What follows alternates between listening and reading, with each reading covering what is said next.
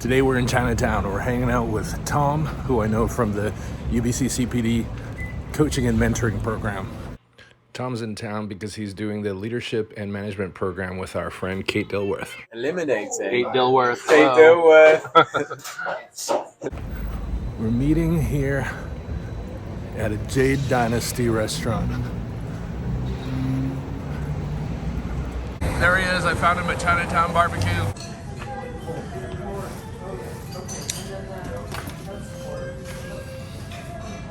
This is our sound check portion. I typically don't just jump right into this, but it's so cool to be here with you, and thank you for agreeing to do this and having the courage to be on recording, even though we just met. This is our first time meeting in person and everything. So it's so cold. You walked 1 kilometer in the cold today to get here, didn't you? Oh my goodness. Yeah, it is really. I mean, I came from Kelowna, and it's a little bit colder. I feel like the further east you go, as you know, it gets colder and colder. So in Kelowna, it's probably like -10, and then in Alberta, in Calgary, where I'm spending a lot of time at the moment, it's like -30. Oh my God. God. We're okay. But as I was saying, we're gonna get a big dump of snow here in Vancouver tomorrow. We will. Let's get some food going, Sure. and then we'll go from there. You've never had any food. You've never been here. I've never been here before, but We went to a really good dim sum restaurant the other night. I'm trying to. I want to say it's called like Electric Cat, but maybe I'm making it's something like that. that's funny. I'll remember the name because it is super good. There's a place called Fat Mao. I've heard of Fat Mao, which means chubby cat. Mao is cat in Mandarin. Okay, No, but it was electric cat. Okay. but it was super good. Barbecue duck would be nice. Yeah. Questions? What do you recommend? Okay, so I always recommend the 3-meat platter. It's a very good meat portion for you. You want me to leave 15 more minutes? Do you have cold milk tea? No, we are not. No. Okay. The lemon tea is by the bottle. It's a Vita lemon ice. Oh, okay. You want me to come back later for a few minutes? I'll have an apple cider. Apple cider. Yeah. Or you can stick with the hot tea. The hot tea is good. I think so. Yeah, I'm gonna stick with the hot tea. I'm sorry. Yeah, give us 5 minutes, and I'll have a cider, and we'll stick with the tea. Yeah. Yeah, I do drink alcohol, but I'm kind of having a dry period. Yes, good. Yeah, I'm. This is a non-alcoholic apple cider, but Oh, yeah, okay. yeah. I also don't. I don't drink. I've just never gotten into the taste of alcohol. Yeah. I see. Oh, so yeah, apple cider. So in the UK, like It's all alcoholic. all Yeah. cider is Yes. alcoholic. Yep. That's yeah. In Canada, it's not. In Canada, it's not always. Yeah. So yeah, what sounded good from the menu for you? Well, I thought the 3-meat platter Mhm. sounded pretty good, and Thank you. can I get one of those as well? Oh, you would like thanks. that? Yeah, Okay, I'm gonna good. try one. And the gailan with garlic crisp oil. I think Yes, sounds really yeah. good. That sounds good. What about? Are you happy with that? Yeah, I'm happy with those two, and then maybe even let's get some duck. Of duck. Yeah, Sounds really good. it's quite a lot, but Oh, no. we can do it. I eat a lot. I've got a really big appetite. Oh, Thank you good. so much. Did you say the 3-meat platter does have a quarter duck with it? So roasted pork. Roasted pork, Yeah. chicken, Roasted pork, okay, chicken, and then and quarter. Quarter duck. and a barbecue profile rice, Yep. and 1 vegetable. Yeah, let's do the gailan with the garlic crisp Okay, oil. no problem. I'll get you the sharing plate. Okay. Something. Awesome. Thank you so much. So, just as an introduction to the audience, I mean, how long have you been in British Columbia now? So it'll be 3 years in 3 years. September. Mm. Yeah, it's gone quickly. Before we met here, we had some discussions what we're going to talk about, and some of the things we're going to talk about are how you got into medicine, how you got into coaching, and yeah, what excites you about medicine and coaching. So let's, if it feels right to you, tell us about how you got into medicine. Well, Maybe let's start with your name, actually. What name do you go by professionally? professionally, unprofessionally, I go by Tom. So, Tom Wright, although I do have a different married name, which I haven't changed legally. And that could be a story for another time, but that is Kerensa. But I'm Tom Wright. I'm right. And WRIGHT. that is it. Yeah. Correct. All right. Yeah. And getting into medicine, I mean, it was a long time ago. So I'm 37 in September, and started medical school when I was 19, 20. Because we start a lot younger in the UK. We don't do pre-med. We don't have any undergraduate studies. And honestly, on reflection, I think when you're like 17 years old and you're finishing, the equivalent of high school, and somebody says like, "What do you want to do with the rest of your life?" You're like, Yeah. "No idea." But my friends are going to uni, so I might do that as well. It sounds like It's like peer pressure. Yeah, exactly. So that's kind of how honestly, how can you fall into being a doctor? But I really feel like I fell into it. I loved learning. I still love learning. Yes. I'm a mega nerd, and I like people, and I really liked watching ER with George Clooney. So I think that's how I got into medicine. I've seen a few episodes of that. Wow, that was fast. Thank you. Thank you. Chicken and a crispy pork. Oh, wow. Thank you so much. Check that out. We have chicken and crispy pork, and we have barbecue duck. It's beautiful. Do you have any pre-meal rituals or prayers or anything that you like to do? Or if not, we can just dig in. I don't, but do you have any? Yeah, I often like to thank the Creator for the blessing of allowing us to, share the meal together, and for the bounty that is here, the privilege that we have. So, enjoy. That's really beautiful. Let's dig in. Yeah, thanks. And thanks so much for inviting me for dinner. No, thank you. Thanks for walking all the way. You walked nearly a kilometer in the cold to come here. And I did have a plan to pick you up over there, but it wasn't too far. So. Oh, it's all good. I mean, yeah, and I should have asked really, but it was fine. I like walking around cities. It's nice you get to know it a little bit better, and but it's damn cold outside. It is. Yeah. But you are in Kelowna now. You've been there 3 years, you said. Yeah, so 3 years in September. So you fell into medicine. I think you said 7 years ago. Oh no! And when you were when you were 19. Yeah. Okay, so it's been a while. And Long time.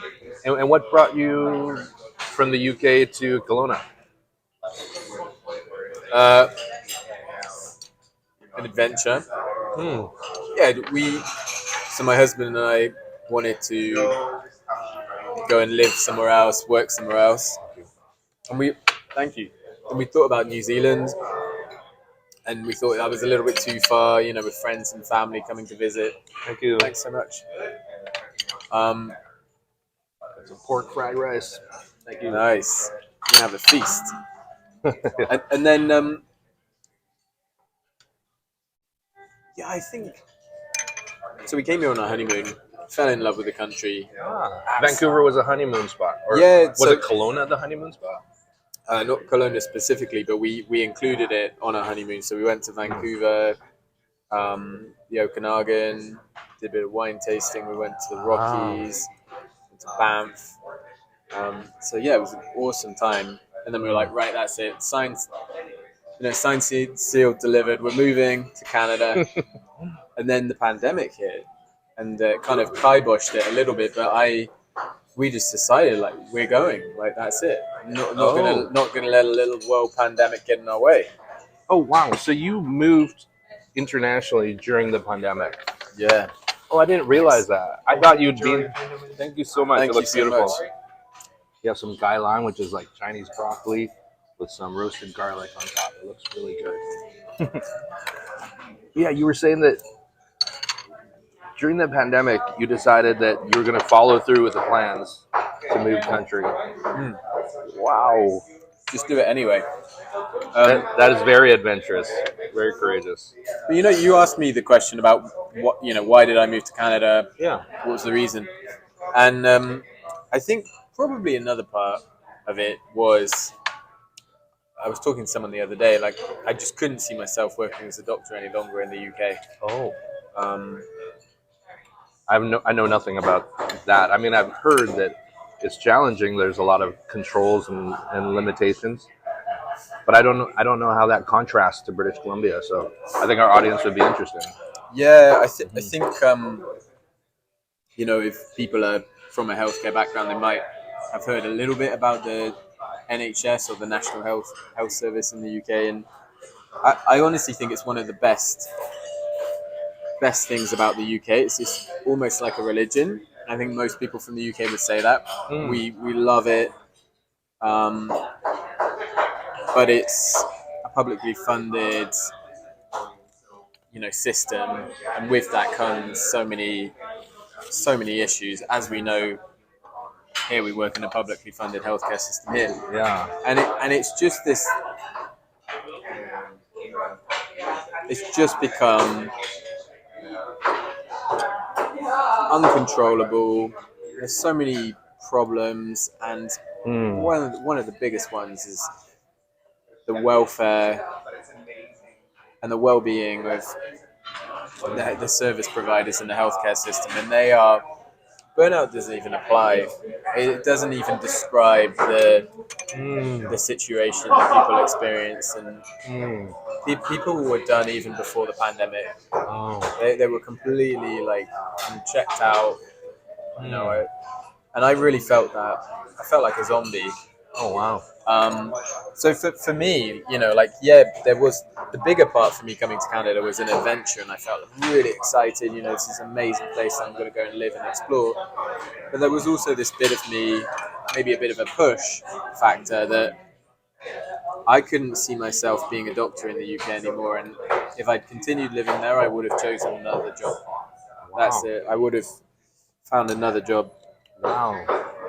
So that's saying a lot. That a big part of your push to move internationally was looking for a better lifestyle as a physician. Wow. For sure, absolutely. And I know quite a few British physicians that have said the same. I've got another friend who works in the Okanagan, and he was like that. That's it. I'm totally done with medicine. And it was a bit of a gamble to come to Canada, and he didn't know whether it would be better or not. It is infinitely better. But What was the context that you were working in over in the UK? Were you in a mostly outpatient setting? Were you inpatient setting? Was it a mix or? So I worked for about eight and a half years as a doctor, and I did a lot of hospital work, so lots of emerge.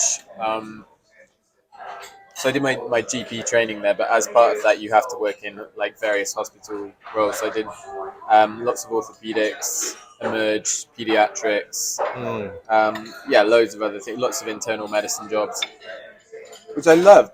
I love hospital medicine, but it's just pretty stressful, and it's funny, you end up normalizing this really unhealthy, really toxic quality of life, and you just say that's the way it is. Yeah. That's just how it is. But then when you get a moment to step out and take stock of your situation, you're like, oh, it doesn't have to be that way. I don't have to live like this. Why am I killing myself, right? Exactly. Who's benefiting from this martyrdom, right?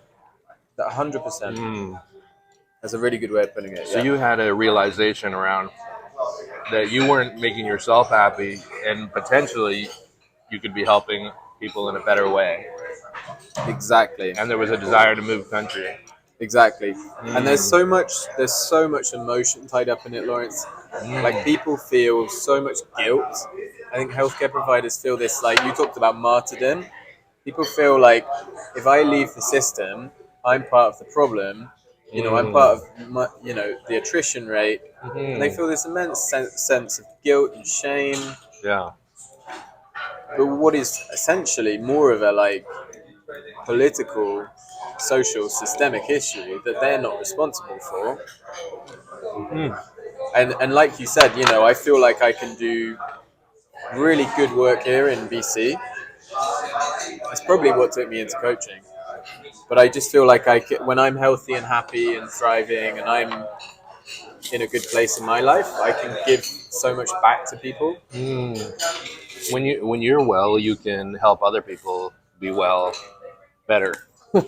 Yeah. Yeah, exactly, Wow. exactly.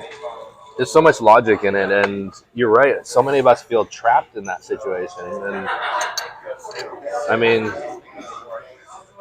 it's awesome that you kind of found a way out of it. And has it been all that you'd hoped, moving countries and working as a physician in a different country? Is it all that much better? Are the system constraints that really were so bothersome in the UK, are they not existing in BC? Um, I think they still exist. I still see some of the frustrations that I saw in the UK, but I think what I'm really impressed by Yeah. is the openness and willingness and flexibility to change in BC. Mm. You know, like I think Doctors of BC is a great organization, Mm. and you know, like for example, I know it's not like a panacea, but um, the new contract. I'm impressed that things are actually happening. I'm impressed that things are actually changing, and Mm-hmm. I think you can just sense it. Like the healthcare providers here are nobody's perfect. Nobody's striving for perfection, but at least be Mm. open-minded and willing to try and change. Mm. So there, you've sensed more of an openness to change and trying new things in British Columbia Oh versus, yeah, versus in the UK where things felt like this is how we've always done them and this is how we're going to continue to do them. There's less of a sense of innovation wherever you were. I think so. Mm. Yeah, and you know, I don't want to like paint the UK in a bad light because How's the dinner doing? yeah, great, Very thank you. good. How's the ocean? Is it good enough for you? Oh, Really good. yeah, Very good. beautiful. Thank Thank you. you. I feel like the people in the UK, the doctors, the nurses, and all of the other healthcare providers are some of the best I've ever worked with Wow. in my life. They're so talented and creative and hardworking and resourceful, and they're amazing, amazing people. Mm. But maybe it's the culture. I like how do you define what creates the culture? Sometimes it's the people, but sometimes it feels like almost inexplicable and amorphous. I don't know if that makes any Yeah. sense, but like it's the you know, like you have these, like you know, you talk about like beliefs in a culture, Beliefs, but yeah. it's not necessarily one person that perpetuates that like belief. Mm-hmm. And some beliefs, like we have these really toxic beliefs in medicine, I think, all around the world. You know, Mm-hmm. like I should be a martyr, Mm-hmm. I should work myself to the bone, Mm-hmm. and like nobody ever says that out loud, but it's kind of just understood, isn't it? It's there in Mm-hmm. the background. Yeah. And I kind of felt like that in the UK. You know, nobody ever said like, "Hey Tom, you need to stay an hour after your shift finishes," Mm. but you did it because you felt if you didn't, you were doing something wrong and you felt guilt. Mm. There's one of our colleagues in the Okanagan, Cheryl Holmes, right? The intensivist. She wrote a paper on the hidden curriculum. And is that a term that you've heard used around that hidden teaching or those cultural beliefs around unsustainable self-sacrifice? Mm. Hidden curriculum, is that something you've used before or no? I don't think I've ever used that term. Mm-hmm. So can you say a little bit more about that? I remember that she'd written this paper, and I think it was about 10 years ago, around some of the unhealthy practices that health professionals hold as their standards that they're trying to live up to, which reduce their ability to be sustainable in there. I think that is part of the hidden curriculum. You might need to edit that bit out. What, where you're vomiting your food at? It's all in. I'm sorry. No, I'm joking. You probably bit into a lot of bone. Yeah, there was a huge amount of bone. If anybody's watching, there was a huge amount of bone. I'm using my fingers because I'm trying to be careful around that too. Yeah, very smart. Yeah, the butchers don't cut along the bone lines there. That's all good. Just chopping it up. But yeah, I think I would call it the hidden curriculum, even if that's not how other people have used the term. Yeah.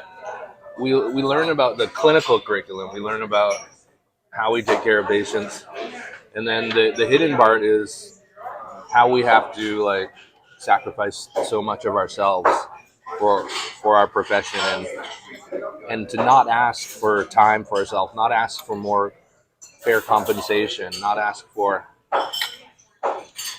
proper working conditions that any other industry would have. I think that is part of our hidden curriculum. I totally agree. And my question is, why?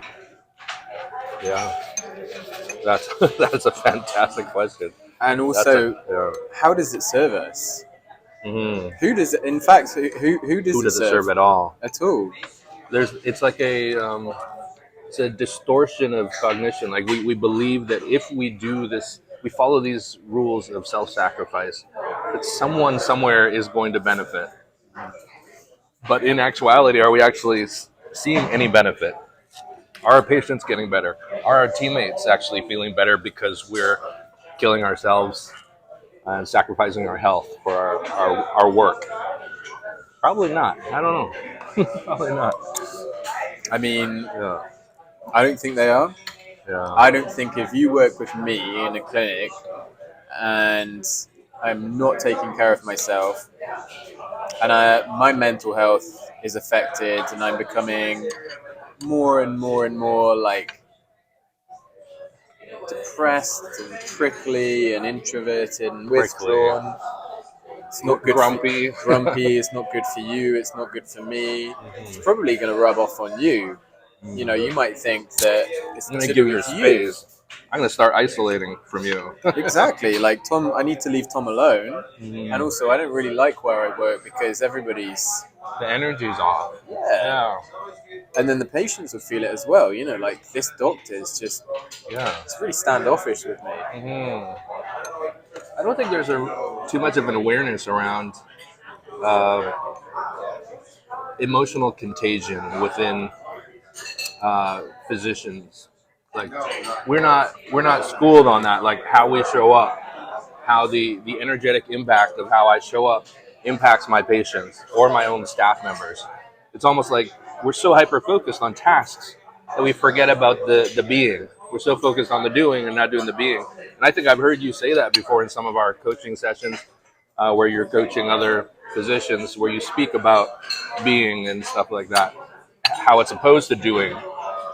When did you learn about that contrast between the doing and the being? Was there a course you took or something around that, or? Well, I think I've always felt it. I would say I'm a very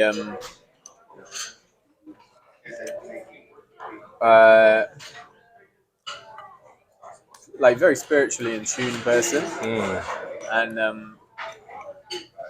I think there are things that sometimes you just can't that are inexplicable.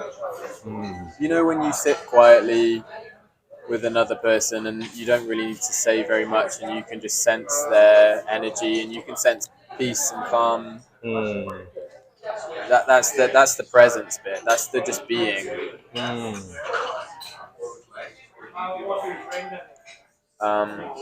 But it makes sense as well. And when you feel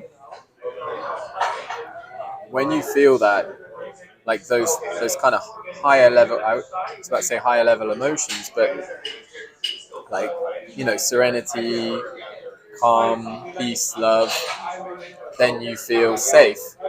Then you can do your best work, and I really believe that.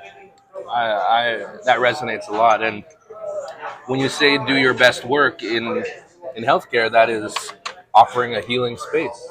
You're holding space for the healing of someone else, and sometimes that's, as you said before, is just listening and just being present for another, right? Yeah, that resonates so much. And I think in family medicine, we're privileged that we have those opportunities to kind of experiment and play with presence and see its impact directly on our patients. So uh, the interplay between coaching and primary care work. Speak to me a little bit about that. Like, is there a lot of resonance between them? Do you find yourself using a lot of coaching in your primary care work? And how does that fit with the financial model that you're working under?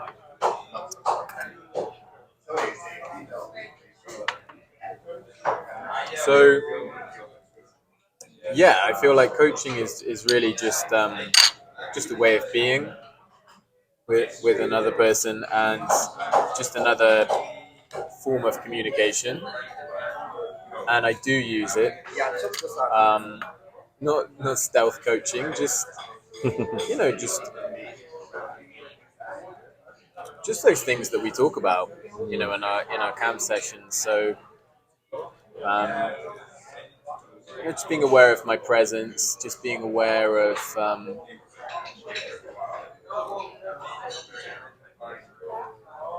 picking up on certain bits of language, particularly. I think I'm a bit of a synthesizer, so I just draw on different things. But listening to someone and hearing a limiting belief and helping them to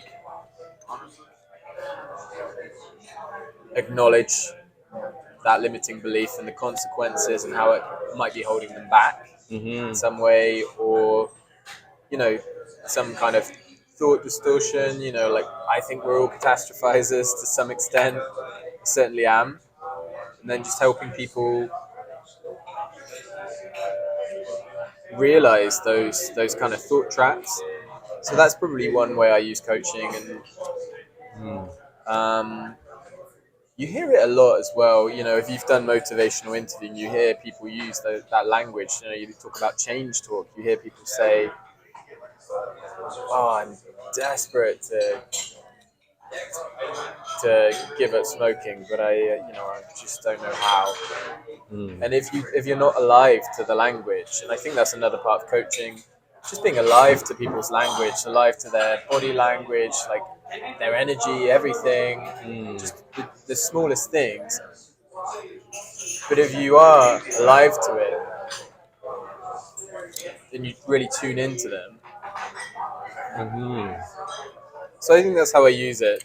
Yeah, I think it's kind of sad, but I think that probably in quite a few patient experiences with physicians or any healthcare interactions, probably a lot of patients don't feel that they are being tuned into. They probably don't feel like people are alive to what they're actually needing or saying or wanting or feeling. And I think that's responsible for a lot of the low trust in the healthcare system, because people know that healing is about, especially in healthcare, is about relational healing. It's about healing in relationship and about being heard and listened to. And I think in family medicine we talk about that a lot, but the mechanics of how to attune and how to listen and to be alive to someone's needs and language, it's not always intuitive for every person. And you had mentioned earlier how you'd always be in kind of uh, spiritually attuned, and I guess not everybody is, and that's okay too, right? Everybody brings a different gift or a different flavor of gift to this work in healing, but it's always fun and exciting to meet someone like yourself that's one of the reasons why I was really excited to speak to you today, because I don't meet, uh, young people like you who are really interested in attuning, listening, and healing work and coaching while being relatively early in your medical career. I know that you've been working in medicine since you were like 19, and I guess you're like 18 years in now, right? So, but I still consider you early career, because a lot of people in our field work until they're 70. So you got like 33 years to go, or potentially. Who knows? Might combine, might turn us into cyborgs and be working until we're about 150. That's the system might need us to do that. Yeah, yeah. I was thinking, that you were talking about kind of relational Hmm. work, and I definitely feel like one of the ways of being, or one of the beliefs about how you like being a good doctor is being technically good, knowing lots of stuff. We've over intellectualized our profession, and Mm. we've taken away the humanity. Ooh. Mm. That's truly what I believe, and I feel for our profession to heal and for us to move forwards, we need to reconnect with that humanity. Mm. You have the awareness. I have that awareness of what you just said. I think that's very powerful and true. We have swaths of physicians and even non-physicians, people, leaders, administrative leaders, executive leaders within our system, who believe that the strength of a clinician is their academic and research encyclopedic knowledge. We do have a I think we have a hyper focus on the intellectualization of things, of the academic, when often the needs of the actual population may differ. I mean, we definitely need excellent acumen in clinical diagnosis and treatment planning, but we need, as you said, a lot of that presencing to facilitate and accelerate individual healing, because I think unless there's trust in the system, people don't follow the treatment plans.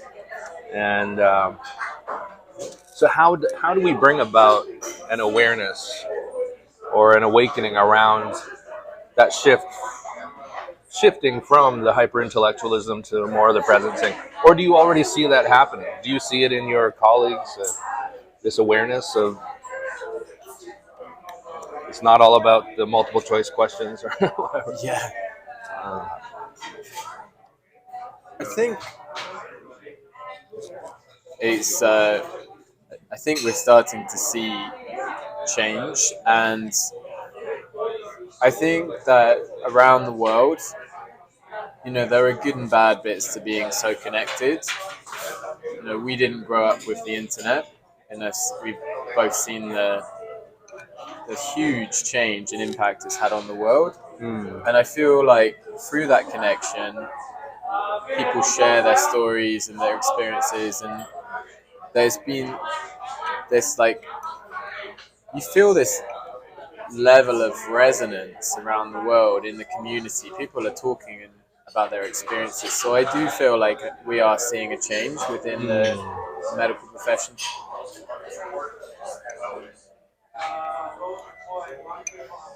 I think it's an assumption, isn't it? There's this inherent assumption that you add more value for that patient if you can.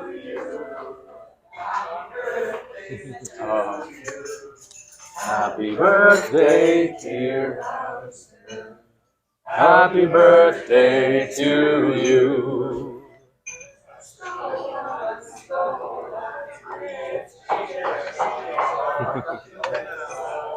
This is a cool place. that's nice. I think there's this. Um, like inherent assumption that you're going to add more value for that patient if you can just dish out a load of unsolicited advice. I honestly believe that. Like, and that's what a lot of doctors do. I did it for a long time. You know, you feel like the patient comes in and you're like, I already know what the problem is. Might not know, by the way, unless they tell you, unless you ask them. And then you've already started telling them, like, okay, you need to do this, this, this, and this. You know, somebody who talks about, like, I want to lose weight, and you're just instantly saying, okay, you need to go to the gym and do this, and then it's like, whoa, whoa, whoa. So that's the bit about being with people. If you're able to communicate and you really say, like, why do you want to lose weight? How would your life change if you did it? And that's the coaching bit that comes in. You know, what impact would that have on your life? And how would your life change? You're like, okay, well, I'd actually be able to play with my grandkids, which I haven't been able to do for years. I'm like, right, that's pretty cool. So there's an opportunity to bring to light the purpose behind everything we're doing, and to find a resonance in the motivations rather than just, as you said, unsolicited advice, and then assuming that our job is done by just dropping bombs of prescriptions. Yeah. Prescriptions that people don't follow. No, especially, you know, we both work with a lot of elderly people. They're on 13 medications. Even I get confused when I'm going through, right, your Ramipril is 5 milligrams BID and your metoprolol is, and then you're like, if I don't get it, and I've had, you know, like 18, 19 years of medical education, I'm like, this person's not got a chance in hell. There's so many people who are following treatment plans without understanding what they're doing, and also unaware potentially that there's side effects to what they're doing. Yeah. People disconnected from the purpose of the therapy and whether the therapy is the right one for them. And sorry, you go ahead. No, yeah, you go ahead. What were you gonna say? Just the thing about value, like, we believe, particularly in medicine, that for us to add value, we need to keep adding. Like, as a family doctor, I need to keep seeing as many patients as possible, and that's the way I'm going to add value to the system. And, you know, the leadership development stuff, which I know you've done as well with Kate. You know, you talk about eliminating Kate Dilworth. eliminating and reducing, which really hit home for me. I was like, that's awesome. The divesting, getting rid of what doesn't serve. Yeah. Which we don't do. We're not very good at, because, you know, it's hard. It's really hard to do that. It takes courage to say we don't need this anymore. But our system has so many inefficiencies that if we can reduce waste anywhere, that could pay a lot of dividends, you know, in individual patient lives as well as on the system level. Tell me about that. How are you finding the BD School of Business Leadership and Management program? Well, if Kate's watching, She's fine. no, She'll take whatever feedback you have. no, I'm joking. Well, no, truly, I think it's important to tell people how absolutely amazing they are, and I'm a huge. I think one of my values is gratitude, and I'm super grateful for this program. I think it's massively needed. Why you asked me about, like, how I feel in BC? I feel really grateful. I feel really grateful for all of these opportunities, and the leadership development program with SFU is phenomenal. Absolutely phenomenal. Like, I get so excited about coming to Vancouver for the weekends. and I know that the energy that Kate brings and creates, and then the energy in the room of everybody is just absolutely amazing, and it's so fun, and we're learning. So yeah, I'm really enjoying it, and like so interesting the stuff that you learn about when you think about leadership.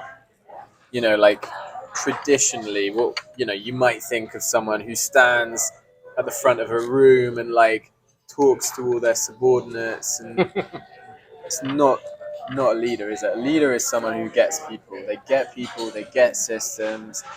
They're able to be empathetic. Mm.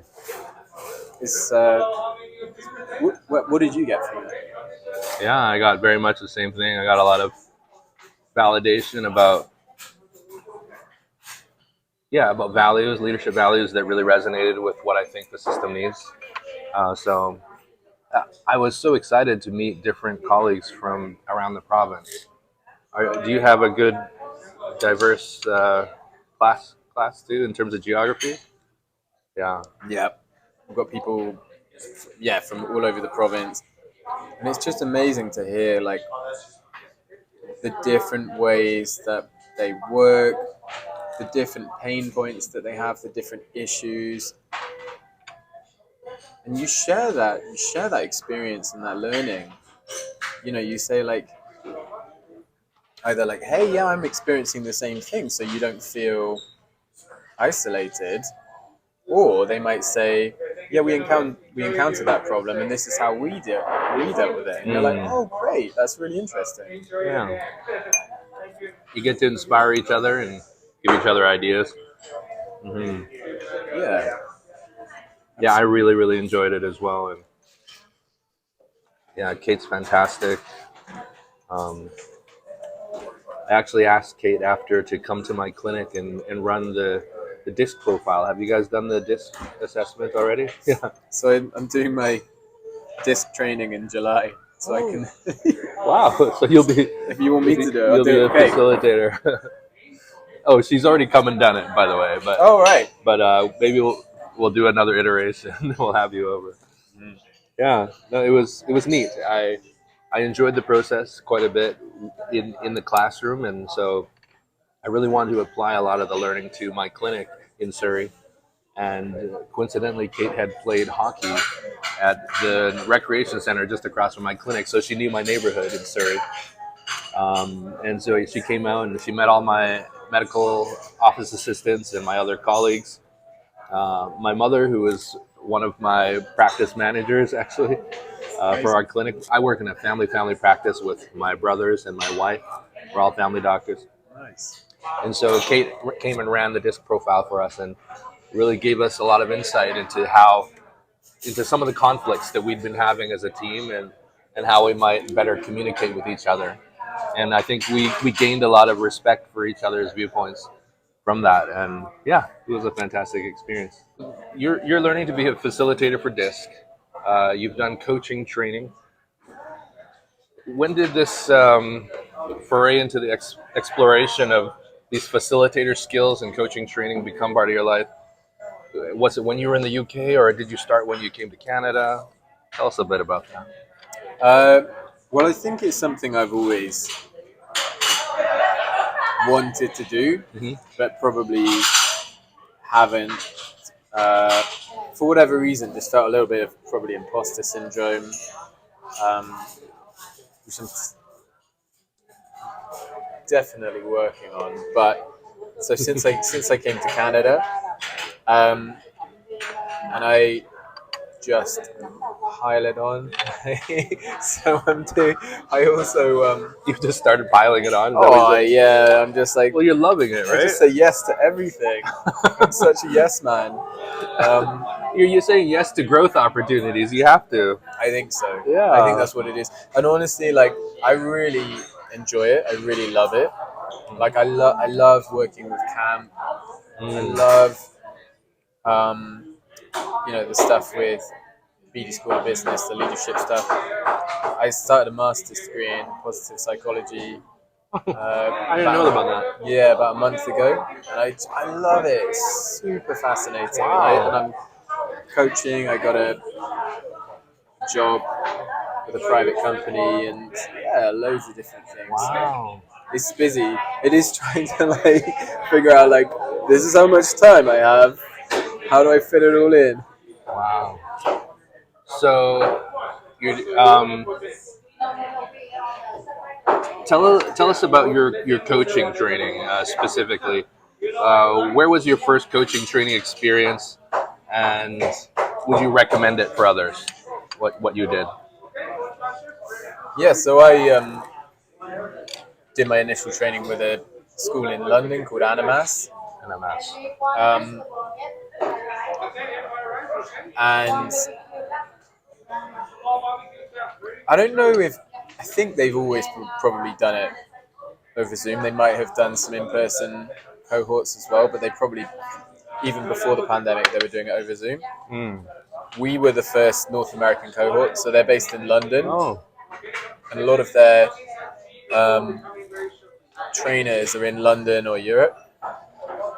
Uh, but they they piloted a North American cohort. So I'm in Canada. I was in Canada during the training, and then we had like about 7 other people in the US. So somebody in uh, Oregon, like New York, Texas, all over. International, yeah. Yeah, and we actually called our cohort the cohorts, which is pretty cheesy, but yeah, we're super close. It's really really amazing, and Mm. I feel like it was very serendipitous. And the cohorts in the UK, they would actually have like a different group each time they had. So I think there are 5 weekends that you do your training over, and for each weekend you might be with a different group of people. But for our pilot for the North American cohort, we were always with the same group, so we really got to form this bond, this Yeah. really nice relationship. Um, and it was about 5-6 months of training, Mm. and so like one weekend would be on presence, and we did. We talked about Nancy Klein actually before in camp. So Nancy Klein wrote a book called Time to Think, and she basically says that we we interrupt often and we interrupt readily, Mm. and when another person's talking, we're very quick to jump in, and she talks about some reasons why we interrupt people. Sometimes we might think that we finish their sentence, we know what they're going to say, or maybe that our thought is more valid or more important in that moment. But if you interrupt people mid thought, they don't have the chance to do their best thinking. And when she basically says when they can't do their best thinking, they can't do their best work. Mm. So It resonates. yeah, it really really resonates. And she talks about creating a thinking environment. So she brings this to like boardrooms and like organizations, and she'll create a thinking environment. It's very like equitable communication. Um, so that was one part of the presence module, and then another one would be on. So we did like it was called transactions. So we looked at transactional analysis. Like ego states, parent, child, and adult ego states. We use different techniques like perceptual positions. So, for example, if you were in conflict with someone, you could imagine that, and you can even actually take different positions in the room. So you could sit in another chair and in another position and imagine that you're that person, and I'll be talking to you as you, then talking to you as that person. And then the third position often is one of like a cosmic observer. So if you were, you really zoomed out and you were looking down on you and this other person that you're in conflict with, and you're whatever you want that cosmic observer to be, but they've seen everything through memoriam, like they've seen universes and galaxies, and they've got this really amazing perspective. what would they see? Mm. What would they see when they saw you two in conflict? And what would they say? And it just allows you, I think, to unlock some different perspectives around. So, yeah, That's so cool. pretty Wow. interesting. Very interesting. And very helpful. Like, I think in healthcare we get into so many different conflicts, and imagine if we had that ability, that muscle memory to take these different perspectives, how we'd be able to navigate conflict quite a bit more effectively. And it's nice that you have that skill set now, and you can guide people through that. That's so cool.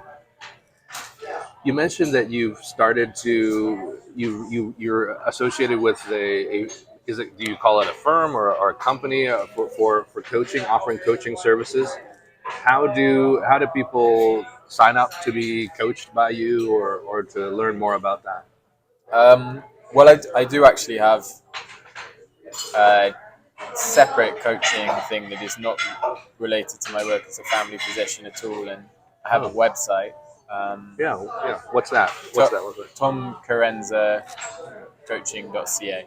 So this one's under your married name.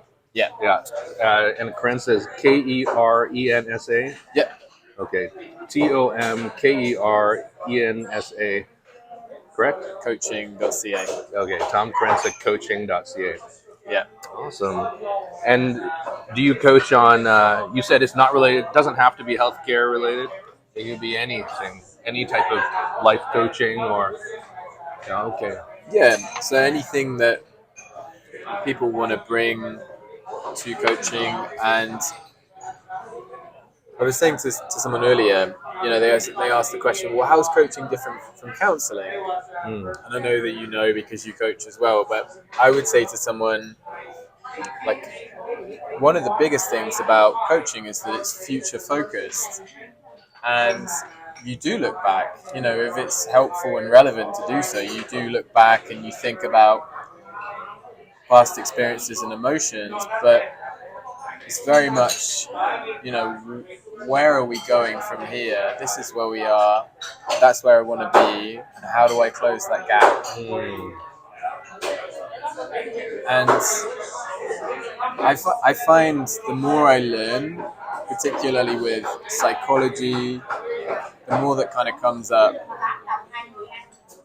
And you hear these issues all the time when you learn about it. You kind of human beings are always talking about very similar things. They're worried about endings in life, which might be death, or the ending of a relationship, or it could be leaving a job. They're all endings. And how do we navigate those endings? And, I'm feeling lost, might be I'm lacking a sense of meaning and purpose in my life because I'm not happy with my job, or, and I'm not feeling any joy at the moment.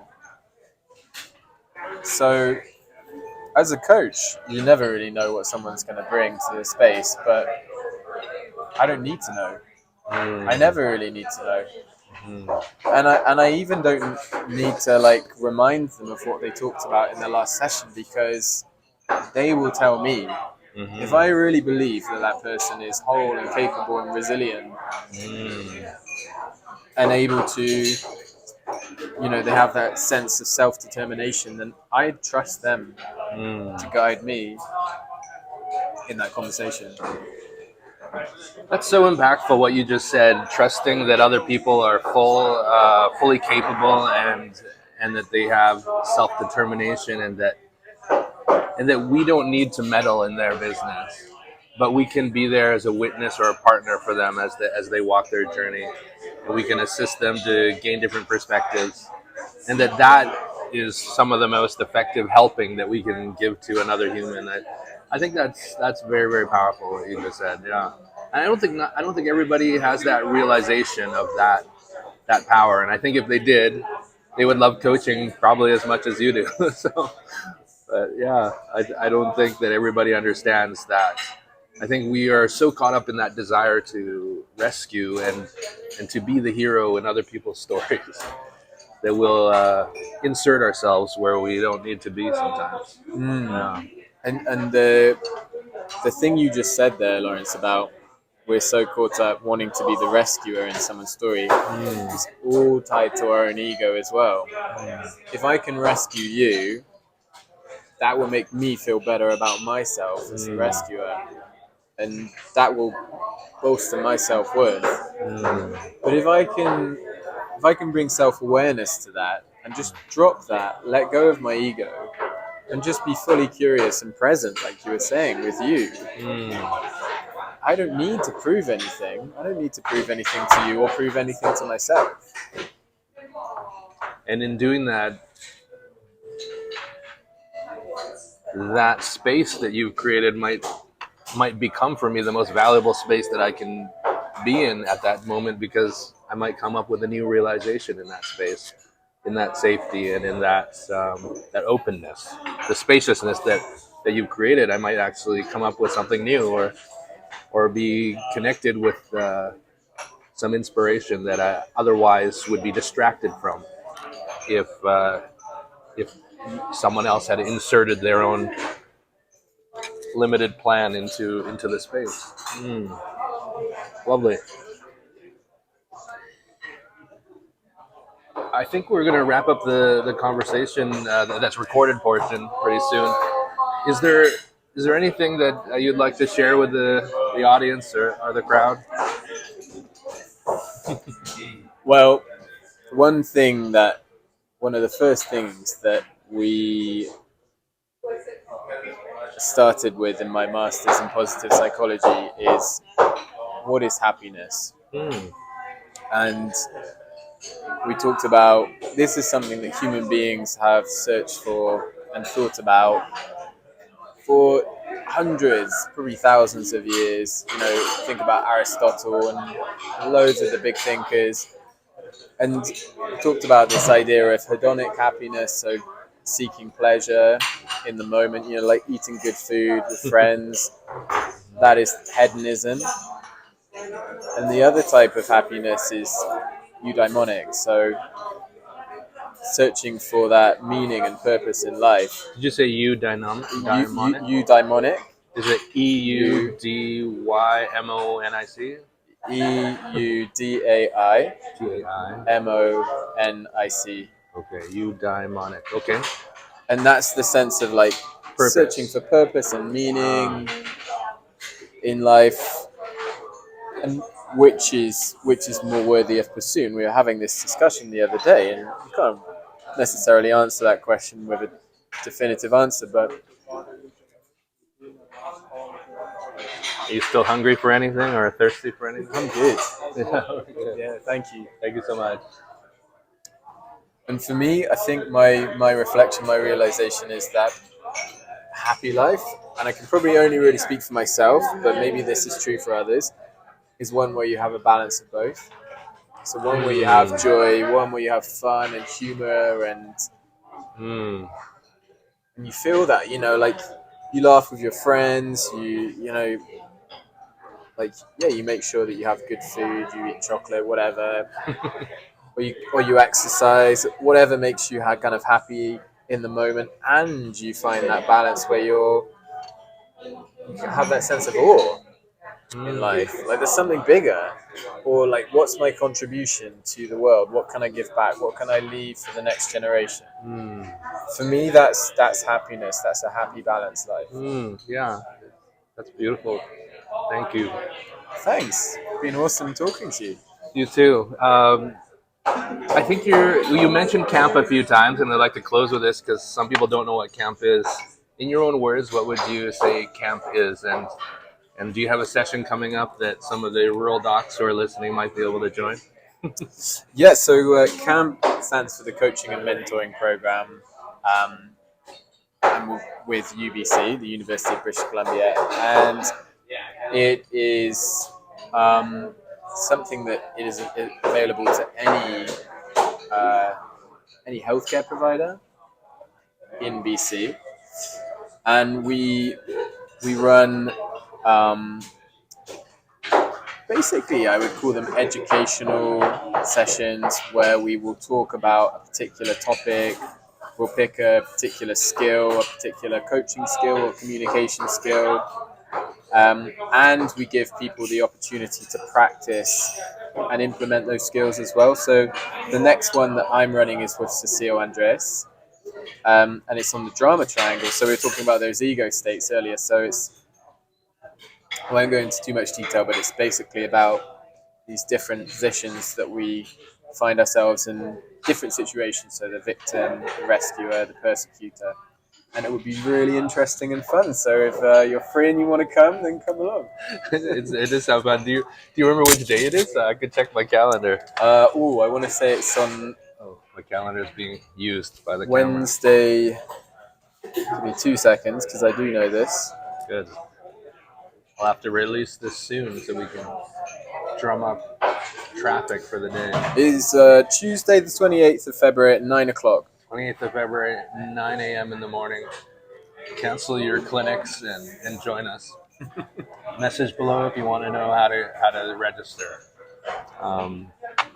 Yeah, I'm excited. The drama triangle, the ego states they were a revelation for me in my own burnout. I think I was playing rescuer a lot for a lot of people.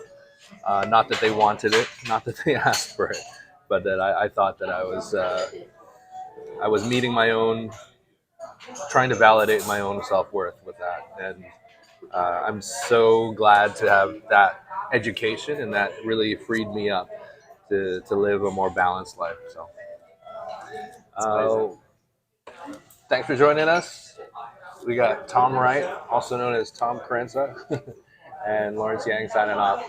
See you guys soon. Hi, we're here at, what's this restaurant called? Jade. Is this called Jade? I think it's called Chinatown Barbecue. But Tom here and Lawrence, we'd like to say a shout out. Who'd you like to shout out? We've got Tanya, Emily, Bruce, Cecile, Anne, and Anne. We'll see you guys soon.